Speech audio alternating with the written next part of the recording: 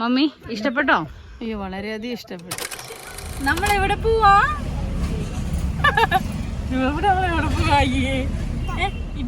ഇട്ടോ ഒന്നും അല്ല, നമ്മള് പാർക്കിൽ പോവാന്ന് പറഞ്ഞേ. ഇട്ടോ ഇല്ല ലൂക്കക്കുട്ടാ, നമ്മള് പാർക്കിൽ പോവാ. Hi hello guys, welcome to my YouTube channel. ഞങ്ങൾ ഇന്ന് പോയത് മലങ്കര പാർക്കിലായിരുന്നു. ഞങ്ങളുടെ വീട്ടിൽ നിന്ന് ഏകദേശം ഒരു 10 കിലോമീറ്റർ ഉള്ളൂ ഈ പാർക്കിലോട്ട്. ലൂക്കാക്കൂട്ടൻ്റെ ഈ പ്രായം എന്ന് പറയുന്നത് ഒരു 2 to 3 years എന്ന് പറയുന്നത് സോഷ്യലൈസേഷന് പ്രധാനപ്പെട്ട ഒരു ഘടകമുണ്ട്.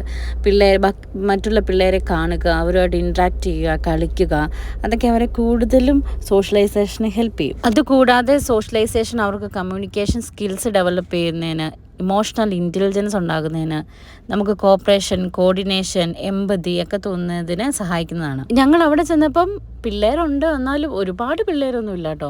അങ്ങനെ ഭയങ്കര തിക്കും തിരക്കും അങ്ങനെയൊന്നുമില്ല. ഈ പാർക്ക് കുറച്ചും കൂടി കാം ആൻഡ് ക്വയറ്റ് ആയിട്ടിരിക്കുന്ന പാർക്കാണ്.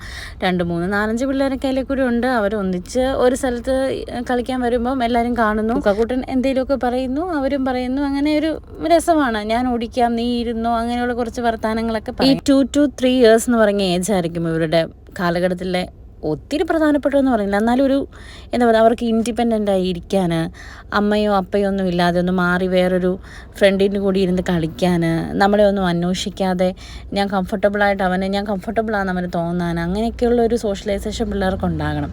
അല്ലെങ്കിൽ എപ്പോഴും അമ്മ വേണം, അപ്പ വേണം എന്ന് പറഞ്ഞിരിക്കാൻ. ലൂക്കാക്കൂട്ടൻ അത്രയ്ക്ക് എപ്പോഴും പറയുകയില്ല, എന്നാലും ഇടയ്ക്ക് അവന് നിർബന്ധമായിരിക്കും അമ്മ തന്നെ വേണം, അല്ലെങ്കിൽ അപ്പ അത് ചെയ്യണം, അങ്ങനെയുള്ള കാര്യങ്ങൾ.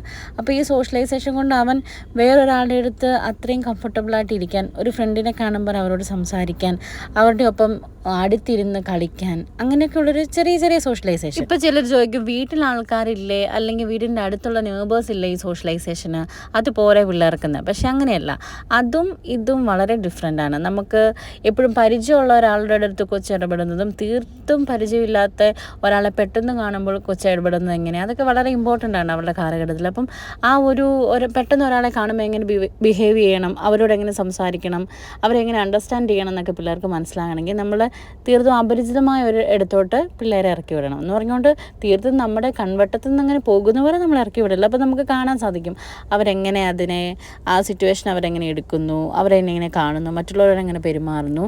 പിന്നെ ലൂക്കാക്കൂട്ടൻ്റെ അടുത്ത ഒരു വർഷം എന്ന് പറഞ്ഞാൽ അംഗൻവാടിയിലോ പ്ലേ സ്കൂളിലൊക്കെ പോകുന്ന ടൈമായി.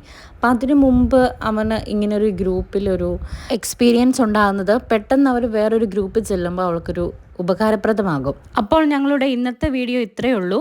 ഇനി മറ്റൊരു വീഡിയോയുമായി വേറെ ദിവസം കാണാം. Bye bye.